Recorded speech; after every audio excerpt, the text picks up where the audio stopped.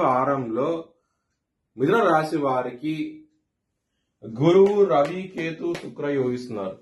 3వ స్థానంలో కేతు యోగిస్తున్నారు, లగ్నంలో గురువు యోగిస్తున్నారు, రవి లాభస్థానంలో యోగిస్తున్నారు, 12వ స్థానంలో శుక్రుడు యోగిస్తున్నారు.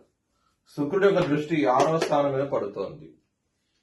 ఆదివారం రోజు కన్నా ముఖ్యమైన పనులు స్టార్ట్ చేసాను, ఖచ్చితంగా విజయం సాధిస్తారు. మంగళవారం, బుధవారం, గురువారం రోజున ముఖ్యమైన పనులు స్టార్ట్ చేస్తే కనుక వ్యతిరేకత ఫలితాలు, ధన నష్టం వచ్చే అవకాశం ఉంటుంది. మీకు దశమ స్థానంలో బుధుడు నీచంలో ఉంటారు 30వ తారీఖు వరకు. మీరు కనుక బ్రాహ్మణుడికి పెసలు దానం చేస్తే కనుక చాలా మంచి ఫలితాలు ఉంటాయి. లగ్నాధిపతి అయిన బుధుడు నీచంలో ఉన్నారు కాబట్టి పెసలు దానం చేసిన బ్రాహ్మణుడికి చాలా మంచి ఫలితాలు చూస్తారు. దుర్గాదేవిని ఆరాధించండి, ఈ వారంలో ఇంకా మంచి ఫలితాలు ఉంటాయి. లగ్నంలో గురువు ఉన్నారు కాబట్టి గురు బలం అనేది ఎక్కువగా ఉన్నది కాబట్టి మీరు చాలా చాలా మంచి ఫలితాలు చూస్తారు.